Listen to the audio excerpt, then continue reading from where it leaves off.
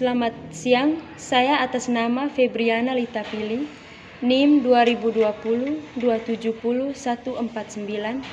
Saya merupakan mahasiswa semester 2, Prodi PGSD.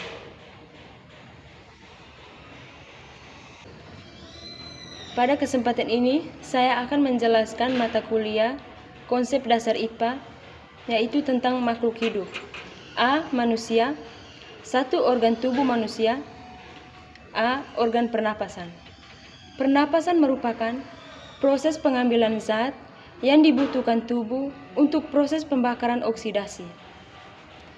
Zat yang diambil adalah oksigen, sedangkan sisa pernapasan yang dikeluarkan tubuh adalah gas karbon dioksida dan uap air. Organ-organ pernapasan manusia terdiri dari 1. Hidung. Hidung berfungsi sebagai organ yang membantu proses pernapasan. Pada rongga hidung terdapat rambu hidung yang berfungsi menyaring udara. 2. Pangkal tenggorokan atau laring, berfungsi sebagai tempat melekatnya pita suara. 3. Batang tenggorokan atau trakea. Pada trakea terdapat katup obligotis yang membuka dan menutup saluran pernapasan. 4. Bronkus atau cabang batang tenggorokan. Bronkus terdapat cabang yang menyambungkan trakea dan paru-paru. Bronkus memiliki 2 cabang yang menyambungkan ke paru-paru kanan dan paru-paru kiri. 5. Bronkiolus. Bronkiolus merupakan cabang-cabang kecil yang menghubungkan bronkus dan paru-paru. 6. Paru-paru terletak di dalam rongga dada. Di dalam paru-paru terjadi pertukaran udara yang mengandung CO2 dan O2. Pada saat bernapas, terdapat proses pengambilan udara atau inspirasi dan proses pengeluaran udara oleh paru-paru disebut ekspirasi. Proses pernapasan dibedakan menjadi 2, yaitu pernapasan dada dan pernapasan perut. Pernapasan dada. Pernapasan dada dipengaruhi aktivitas otak antar tulang rusuk. Mekanisme pernapasan dada dibagi menjadi 2, yaitu fase inspirasi dan fase ekspirasi. Fase inspirasi ditandai dengan kontraksi otot antar tulang rusuk eksternal sehingga menyebabkan tulang rusuk terangkat ke atas dan volume rongga dada akan membesar. Akibatnya, tekanan di rongga dada menjadi lebih kecil dibandingkan tekanan di luar sehingga udara terhirup masuk. Fase ekspirasi. Pada fase ini, otot antar tulang rusuk bereaksi sehingga menyebabkan tulang rusuk turun dan volume rongga dada mengecil. Akibatnya, tekanan di dalam rongga dada menjadi lebih besar dan menyebabkan udara terhembus keluar. 2. Pernapasan perut. Pernapasan perut melibatkan otot diafragma. Mekanisme penting yang dibagi menjadi 2, yaitu fase inspirasi dan fase ekspirasi. Fase inspirasi. Pada fase ini terjadi karena kontraksi diafragma, sehingga perut menjadi datar dan volume bagian rongga dada membesar, sehingga menyebabkan tekanan udara pada rongga dada mengecil, dan ini membuat udara dari luar masuk ke dalam tubuh. B. Fase ekspirasi. Pada fase ini terjadi karena relaksasi diafragma, sehingga otot menjadi lengkung atau kembali seperti semula, dan volume bagian rongga dada mengecil, sehingga menyebabkan tekanan udara pada rongga dada membesar, dan ini membuat udara dari dalam terhembus keluar. Kelainan pada sistem pernapasan emfitema, yaitu penyakit yang disebabkan karena alveolus kehilangan elastisitas. Kanker paru-paru. Penyakit ini disebabkan karena kebiasaan merokok, polusi udara, dan polusi asap rokok. TBC.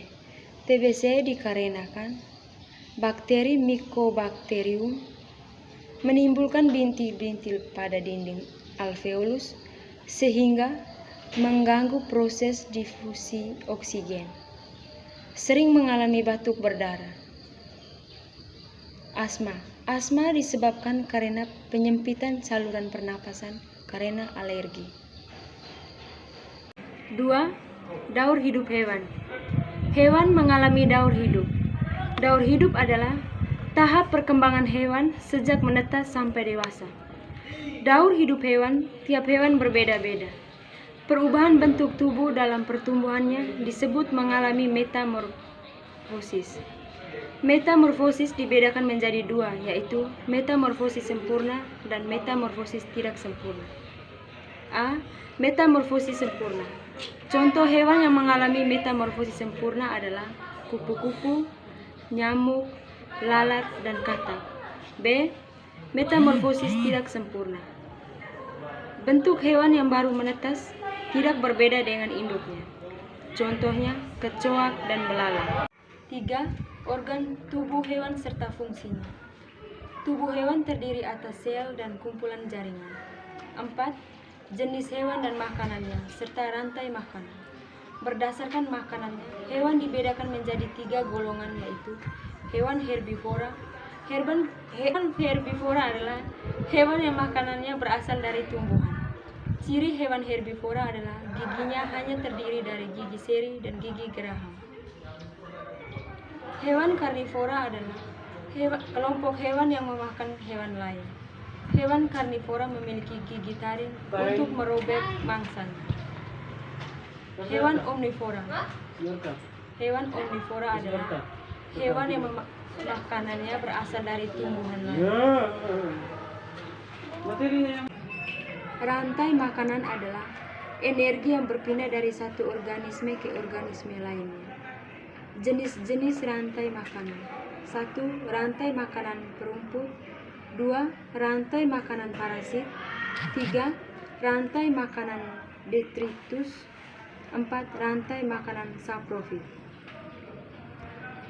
5. Sistem pernapasan hewan. 1. Sistem pernapasan pada burung. Paru-paru burung berukuran tetap ketika pernapasan dan hanya digunakan ketika burung tidak terbang.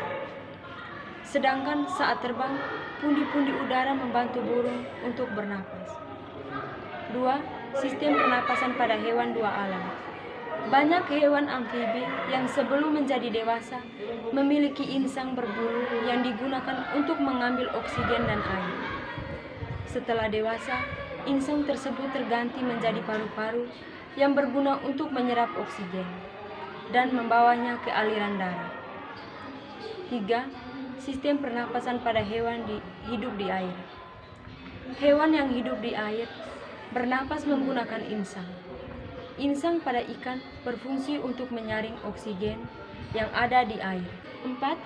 Sistem pernapasan pada mamalia. Pada hewan mamalia, pernapasan berlangsung pada paru-paru.